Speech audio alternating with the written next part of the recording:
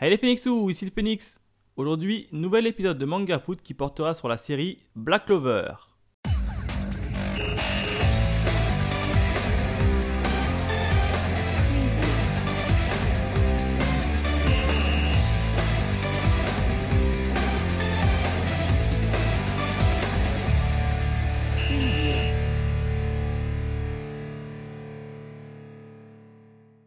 Avant toute chose, j'ai une petite précision à énoncer. Étant donné que la série est toujours en cours à l'heure actuelle où je fais cette vidéo, j'ai décidé de m'arrêter à l'art Elf compris. C'est-à-dire que tous les événements qui se passent après l'art Elf ne comptent pas, bien évidemment. Voilà. Alors concernant le dispositif tactique, j'ai choisi un dispositif beaucoup plus offensif que d'habitude, avec un 4-1-3-2. Voilà mon dispositif. Alors on démarre de suite avec le gardien de but. J'ai choisi Finral. Alors pourquoi Finral ? Tout simplement parce qu'il maîtrise une magie très intéressante, c'est bien évidemment la magie de téléportation. Il suffit qu'un adversaire tire la balle sur lui, hop, il ouvre une espèce de portail de téléportation, la balle rentre et la balle ressort autre part sur le terrain. Donc en tant que gardien de but, c'est pas mal. Alors j'ai pas choisi son frère qui dispose exactement de la même magie, tout simplement puisque son frère il est beaucoup plus têtu et borné et il voudra partir à l'attaque, alors que Finral lui est beaucoup plus entre guillemets peureux et donc ne s'aventurera pas à quitter sa cage tout simplement. C'est pour ça que j'ai choisi Finral à la place de son frère. En milieu défensif central côté gauche, j'ai choisi une petite tête brûlée puisqu'il s'agit de Asta. Alors Asta, je ne l'ai pas mis en attaque comme vous l'aurez pensé, je l'ai mis en défense. Pourquoi ? Tout simplement, premièrement, il possède une magie très intéressante, l'anti-magie. Il est capable d'annihiler toute personne qui possède une magie et ça, c'est vachement très intéressant en tant que défenseur. Il y a un adversaire qui arrive vers lui, un coup d'épée et il stoppe l'adversaire. Tout court, il stoppe la magie de son adversaire et ça c'est vachement très intéressant. Deuxième point, pourquoi je l'ai mis là ? C'est tout simplement parce qu'il détient une force malgré tout. Alors certes il détient une force, alors pourquoi je ne l'ai pas mis en attaque ? Tout simplement parce que la force qu'il détient elle est très limitée. Alors c'est la force qu'il utilise grâce au pouvoir du démon qui est en lui. Il l'utilise mais elle est très limitée. On l'a vu quand il se bat contre Rayat, même qu'il se tape contre Veth ou même contre le dernier boss de l'œil maléfique là, le démon. Chaque fois sa force elle était limitée et il était à chaque fois fatigué, alors que sa magie anti-magie ne consomme pas trop de mana et donc il est beaucoup plus intéressant de le mettre en défense, capable de stopper ses adversaires qu'en attaque. Après, est-ce qu'il voudra rester en défense? Là est la question. Alors justement pour pallier à ça, j'ai mis en défense centrale côté droit cette fois-ci Yami. Alors pourquoi je l'ai mis là? Tout simplement, il est très fort, il est puissant, il n'y a pas de souci, et 2, il est capable de diriger Asta, En gros, il donne un ordre à Asta et Asta va l'écouter. Ça, il n'y a pas de souci. C'est pour ça que j'ai associé Yami à Asta. Parce que je sais très bien que Asta, tête brûlée, il voudra foncer en avant. Mais vu que Yami sera à côté pour le surveiller, je pense que ça va un peu le recadrer. Autre point également pour Yami, c'est qu'il détient le Mana Zone. On l'a vu lors du dernier combat contre le boss final de l'œil maléfique, le démon. Il est capable d'utiliser son Mana Zone avec une technique très impressionnante à son épée. Il est capable de faire une distorsion du temps là. Et ça, c'est très intéressant. Voilà un peu ma défense centrale. Concernant mon défenseur côté droit, j'ai choisi de mettre Zora. Pourquoi Zora? Tout simplement parce qu'il dispose d'une magie très intéressante. C'est la magie des pièges. Il est capable de poser des pièges partout et de les cacher sur le terrain. Et ça, c'est parfait. L'adversaire va venir en face, il va tomber dans un piège et il va pouvoir récupérer la balle. D'autant plus qu'on l'a vu lors du tournoi des chevaliers royaux. Il a été particulièrement très efficace. Et en plus de ça, il est plutôt intelligent. Il est capable de mettre des pièges là où on s'attend le moins. Et ça, c'est parfait pour tenir une défense. Enfin, concernant mon défenseur central côté gauche, j'ai choisi de mettre la reine des sorcières. Pourquoi je l'ai mis ici? Tout simplement parce qu'elle dispose de 3 magies qui me sont très utiles. Premièrement, c'est la magie de soin. On l'a vu lorsque Asta était blessée, notamment de ses 2 bras. Elle était la seule à pouvoir le guérir et de manière instantanément. Donc ça, c'est plutôt sympa et très chouette. C'est-à-dire que si jamais il y a un de mes joueurs qui se blesse, elle est capable de lui porter secours hein, tout en continuant le jeu, et ça c'est un réel plus hein. Deuxième point, c'est tout simplement qu'elle peut prendre le contrôle d'un autre adversaire grâce au contrôle du sang, car on l'a vu encore une fois avec Asta, elle a réussi à contrôler Asta grâce à son sang qui coule dans ses veines. Donc toute personne en face d'elle est potentiellement contrôlable grâce à ce pouvoir. Enfin, le troisième événement, c'est qu'elle peut prédire l'avenir. Alors certes, l'avenir qu'elle prédit n'est pas forcément précis, mais en tout cas elle peut prédire l'avenir hein. On l'a vu encore une fois lorsque Asta a rendu visite à la reine mère.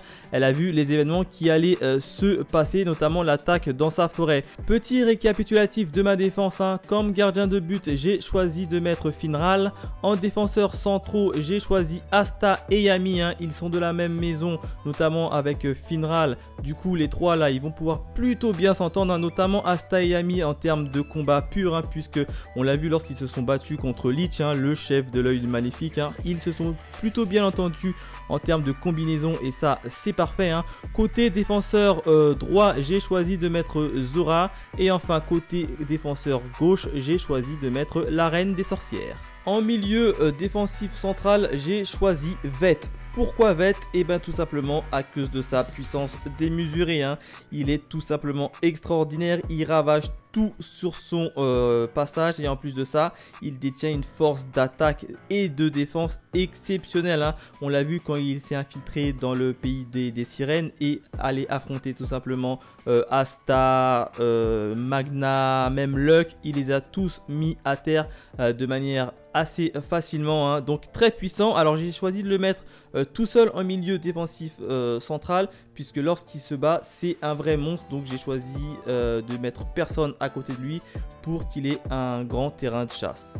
En milieu droit, j'ai choisi de mettre Luck. Pourquoi Luck? Et bien tout simplement parce qu'il me fallait quelqu'un d'assez rapide à mettre ici, et je me suis tourné tout simplement vers Luck.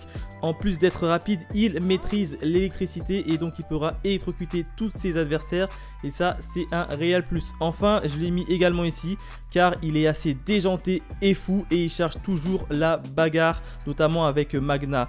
Donc le fait de le mettre en côté droit offensif, il va pas hésiter une seule seconde à monter en attaque, à déborder, à centrer, à pulvériser la défense adverse, et ça c'est ce qu'il me faut. À l'opposé, j'ai choisi de mettre Yuno. Alors pourquoi je l'ai mis ici Yuno? Et bien tout simplement parce qu'il détient une très grosse force de frappe hein. Alors je l'ai pas mis en attaquant pur, puisque pour moi il y a deux autres personnes qui lui sont supérieurs dans ce domaine, mais ça j'y reviendrai un peu plus tard. Alors autre point également pourquoi je l'ai mis ici, ben, tout simplement car il évolue de manière très vite hein. On l'a vu durant tout le parcours qu'il a fait. À chaque fois qu'il rencontrait un adversaire, le gars évolue très vite et était capable de préparer une riposte, et ça c'est très intéressant. Enfin, le dernier point que j'ai mis ici hein, c'est qu'il détient la magie de vent, donc il est capable de se déplacer à terre mais aussi dans les airs, et ça va être un très bon atout pour mon équipe. En milieu offensif central, j'ai choisi de mettre Rayat. Alors pourquoi je l'ai mis ici? Ben, tout simplement parce qu'il est posé, réfléchi et puissant. Il me fallait quelqu'un qui était capable d'avoir ces trois aspects, et Rayat répond parfaitement à ces trois là. D'autant plus que ce poste là, ce sera un poste numéro 10. C'est lui qui va un peu manager cette équipe en termes d'offensif. Donc il me fallait quelqu'un posé, et lui il répond à toutes ces prérequis. Autre point également pourquoi je l'ai mis là, c'est qu'il dispose de deux magies très intéressantes hein. La première c'est la magie d'imitation hein. Le gars peut imiter toute magie hein, quasiment toute magie hein. Il lui suffit juste de toucher le grimoire de l'adversaire pour s'accaparer de sa magie, et ça c'est un réel plus hein. L'autre magie c'est bien évidemment sa magie de métamorphose hein. Il est capable de prendre l'apparence de n'importe qui tranquille et de ressortir comme si de rien n'était hein. On l'a vu lorsqu'il s'est infiltré dans le pays de nos chers héros. Il est rentré, il est ressorti tranquillement. Petit récapitulatif de mon milieu de terrain. En milieu défensif central, j'ai choisi de mettre Veth hein, capable à la fois de résister en défense mais également d'aider ses partenaires en attaque. En milieu côté droit, j'ai choisi de mettre Luck car il est très rapide. En milieu côté gauche, j'ai choisi de mettre Yuno capable de voler. Et enfin en milieu offensif central, hein, j'ai choisi de mettre Rayat. Côté attaquant, côté droit, j'ai choisi de mettre Ryle. Alors pourquoi je l'ai mis ici? Ben, tout simplement parce que 1, il est capitaine et pour être capitaine, il faut disposer d'une très grande force de mana et lui, il la détient. Hein.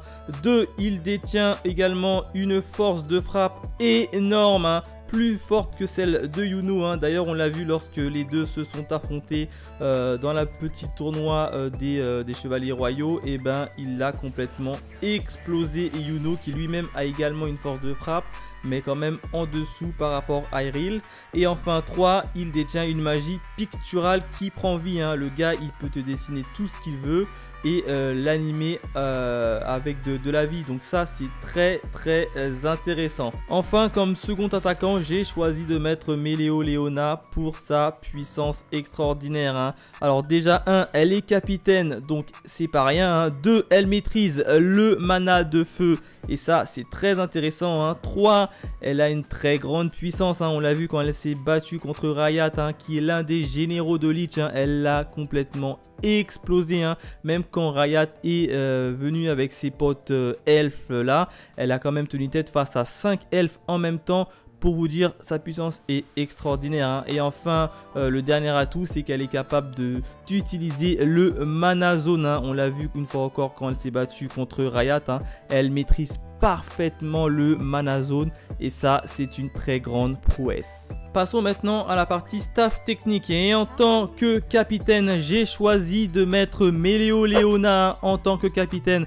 Pourquoi? Eh bien tout simplement parce que 1, c'est une capitaine notamment de la maison des lions flamboyants et donc elle est capable de diriger. Hein. Elle a été aussi capitaine des chevaliers royaux, hein, ceux qui sont allés mettre une petite raclée notamment aux amis de Lynch. Et en plus de ça, elle est très caractérielle et écoutée de tous. Hein. Donc il me fallait quelqu'un qui était capable de taper du poing sur la table pour engueuler ses partenaires, et il en ressort que seul Meléo-Léona était capable de le faire.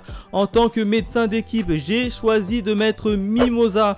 Tout simplement parce qu'elle dispose de la faculté de soins, hein, et en plus de ça, elle est capable de se défendre. Hein. Bon, même si là, elle fait partie du staff technique, donc ce sera plus en soins qu'on en aura besoin. Enfin, en tant qu'entraîneur, pour chapeauter cette équipe, j'ai choisi de mettre Julius. Pourquoi Julius? Eh bien, tout simplement parce qu'en sa qualité d'empereur mage, il est écouté de tous. En plus de ça, il a un réel charisme, et ça, c'est vachement très important. Hein. Il est capable de fédérer une équipe avec son leadership, et ça c'est super intéressant. Autre point également, c'est qu'il a l'apparence d'un petit enfant, donc du coup il a perdu sa puissance qu'il avait, donc je l'ai pas mis en tant que joueur, mais par contre il a quand même gardé son leadership et son charisme. C'est pour ça que je l'ai mis plutôt entraîneur. Autre point également, c'est qu'il adore découvrir les magies des autres personnes, et au poste d'entraîneur il sera capable justement de voir les magies de tout le monde en action. Et ça, je pense que ce sera parfait. Il est l'homme idéal. Et voilà mon équipe de Black Clover, hein, pour faire une partie de football. N'hésitez pas à me dire dans les commentaires si vous êtes plutôt d'accord avec mon équipe, hein, si pour vous, vous verrez telle ou telle personne en défenseur, en gardien de but, en attaquant ou même en entraîneur. Bref, dites-moi tout ça dans les commentaires. Hein. N'hésitez pas à me dire également si vous souhaitez que je fasse le même projet pour un de votre animé préféré. Hein. Laissez-moi tout ça dans les commentaires. Quant à nous, on se retrouve très vite pour de nouvelles aventures. Allez, bye mes Phoenixous.